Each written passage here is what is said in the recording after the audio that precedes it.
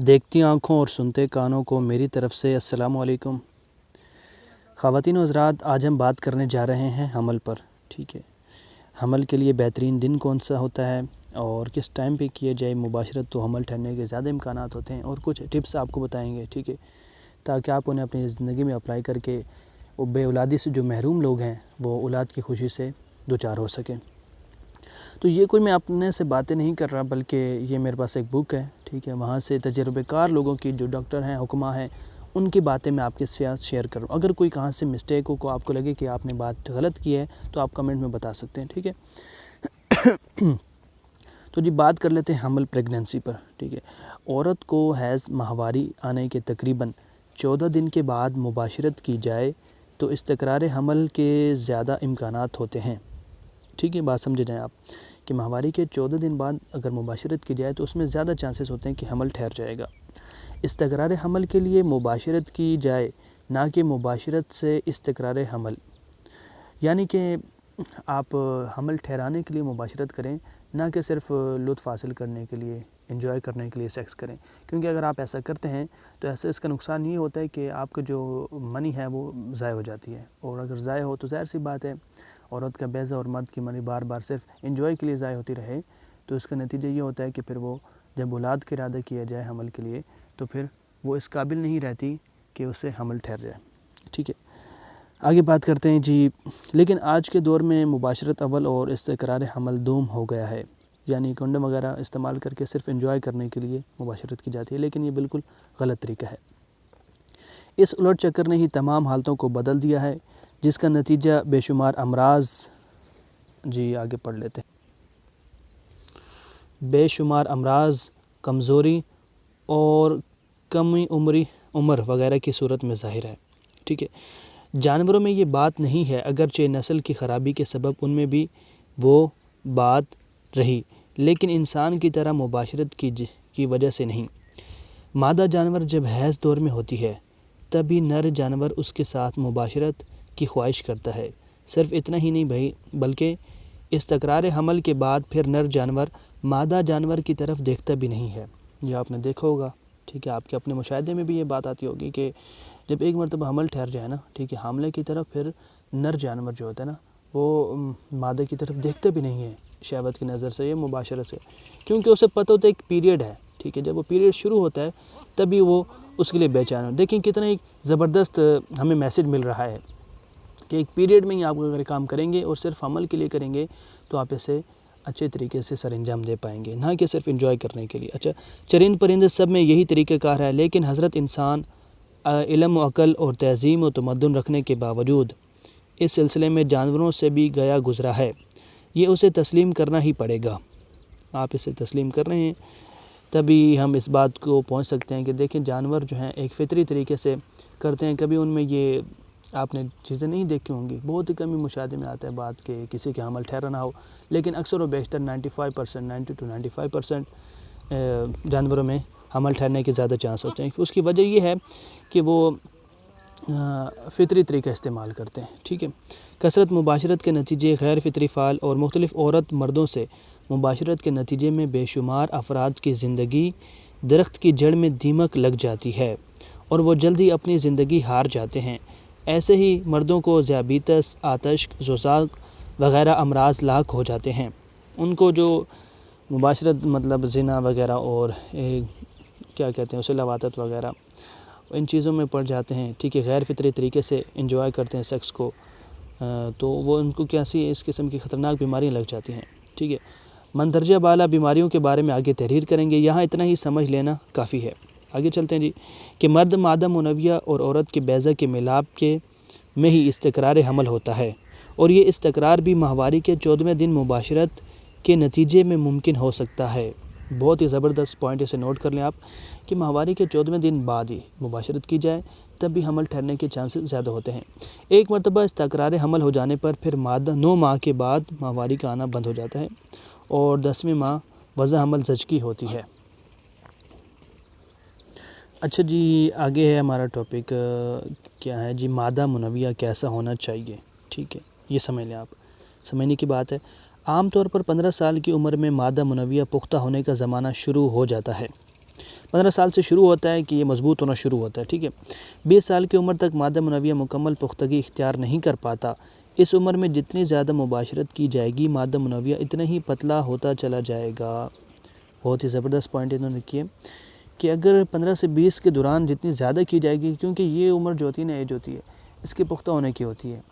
یہ مادہ جو ہے، ٹھیک ہے، نر کا مادہ اور عورت مادہ کا جو ہے نا، مطلب مرد کا منی مرد کی اور عورت کی جو بیضہ ہے، ٹھیک ہے، ایگز ہوتے ہیں، انڈے ہوتے ہیں، وہ اس ایج میں پختہ ہوتے ہیں، مضبوط ہو رہے ہوتے ہیں، ٹھیک ہے، ہوتے نہیں ہیں، ہو نہیں جاتے لیکن ہو رہے ہوتے ہیں۔ اگر اس میں زیادہ کی جائے تو کیا ہوتا ہے اس کا نقصان، کہ وہ کمزور ہو جاتے ہیں۔ اچھا جی، آگے چلتے ہیں۔ مادہ منویہ دیکھنے میں ٹھیک پارے کی مانند چمکدار، بھاری ہوتا ہے۔ تازہ مادہ منویہ شہد کی طرح گاڑھا اور ویسے ہی مہک کا ہوا کرتا ہے۔ باہری ماحولیات سے رہنے سے اس کا وہ گاڑھا پن جاتا رہتا ہے، مطلب جب باہر آتا ہے تو گاڑھا پن ختم ہو جاتا ہے اور پتلا پڑ جاتا ہے، یعنی اس پہ اسپرم کی موت واقع ہو جاتی ہے۔ لیکن ویجائنا کے اندر یہ بات نہیں رہتی ہے۔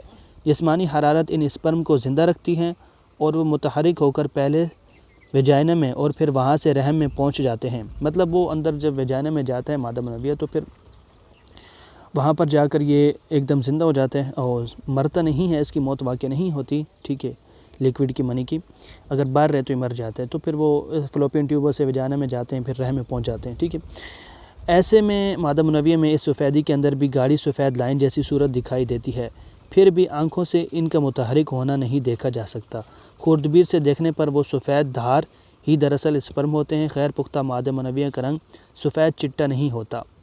جو غیر پختہ ہوتا ہے، مطلب پختہ نہیں ہوتا، ناقابل اولاد کے قابل مادہ منویہ نہیں ہوتا، اس کا جو رنگ ہوتا ہے سفید نہیں ہوتا، ٹھیک ہے، بالکل وائٹ نہیں ہوتا، اس میں تھوڑا آپ کو مٹی نمانا پیلا پیلا نظر آئے گا، ٹھیک ہے۔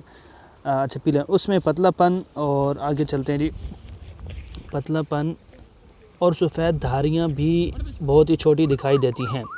کسی کسی کا رنگ مٹیالہ ہو جاتا ہے۔ اس کے ساتھ ہی ایک پہچان اور ہے، پختہ مادہ منویہ موتی جیسا آبدار ہوتا ہے، مطلب بالکل سفید انڈے جیسا ہوتا ہے، جس طرح بالکل وائٹ ہوگا، ٹھیک ہے۔ جو کس مادہ، آپ یہ مادہ کی چیکنگ کریں نا، مادہ منویہ کی، کہ وہ انڈے کی طرح، موتی کی طرح بالکل سفید ہوگا، اس میں مٹی گدلا پن نہیں ہوگا، ٹھیک ہے، مٹیالہ نہیں ہوگا وہ، اور کپڑے پر اس کا داغ دکھائی نہیں دیتا۔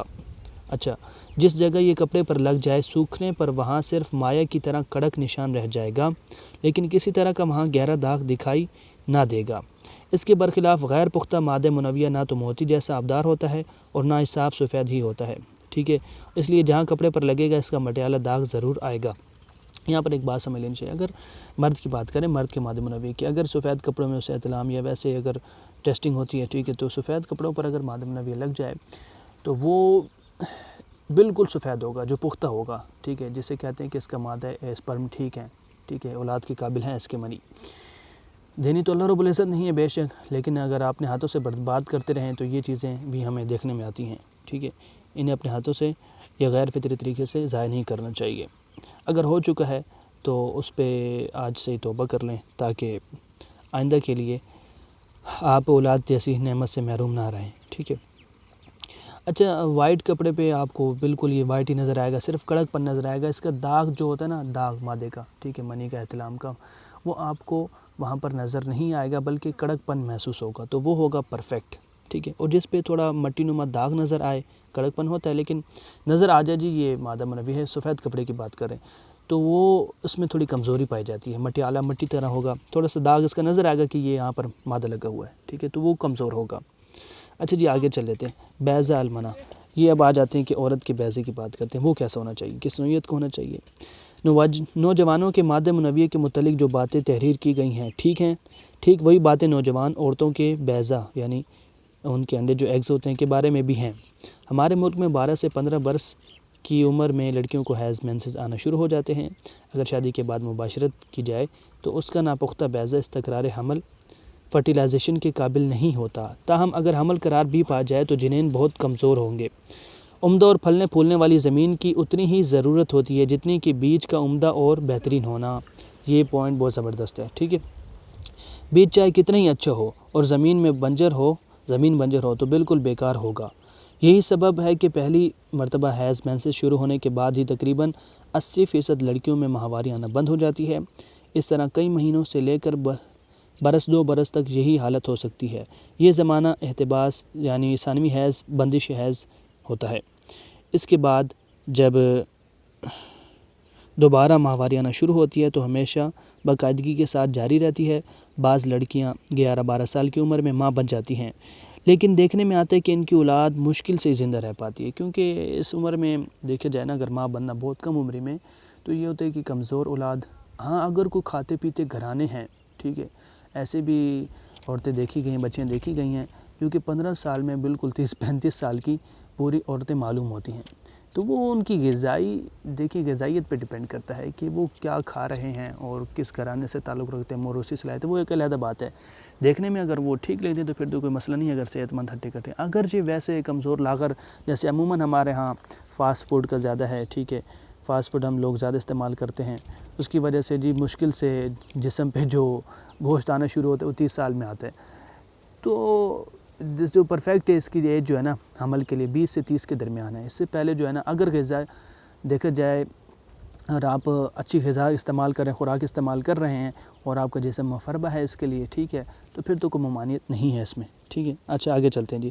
عمدہ بیضہ 20 سال کی عمر میں خارج ہونا شروع ہوتا ہے۔ دیکھیں وہی بات آگے، پھر 20 سال کی عمر کے بعد کا بیضہ اور 25 سال کی عمر کے بعد کا مادہ منویہ بہت ہی بہترین تسلیم کیا جاتا ہے، لیکن یہ بھی تب ہی ممکن ہے جب عورت جی کیا لکھا ہوا ہے، جو مرد اس سے قبل کسی غیر فطری عمل سے محفوظ رہے ہوں۔ یعنی 20-25 سال کا مادہ پختہ تب ہی ہوگا جب کہ عورت اور مرد غیر فطری عمل سے، یعنی انہوں نے مشت زنی نہ کی ہو اور فحش فلمیں وغیرہ دیکھ کے اپنے جو خواہشات ہیں انہیں ضائع نہ کیا ہو، ٹھیک ہے، اور ایسی جو غیر فطری طریقے ہیں، ٹھیک ہے، شہوت کے، وہ استعمال نہ کیے ہوں، تبھی ان کا جو بیضہ ہے عورتوں کا اور مرد کی جو منی ہے وہ 20-25 سال میں پختہ کہلائے گی، اگر ان چیزوں سے وہ بچے ہوئے ہوں تو، ٹھیک ہے۔ امید کرتے ہیں کہ یہ آپ کو سمجھ آگے ہوگا، اور اگر اس سے متعلق کوئی اور آپ کے سوالات ہیں تو آپ کمنٹس میں کر سکتے ہیں، مجھے بتا سکتے ہیں، میں انشاءاللہ رپلائی دینے کے لیے حاضر ہوں۔ السلام علیکم۔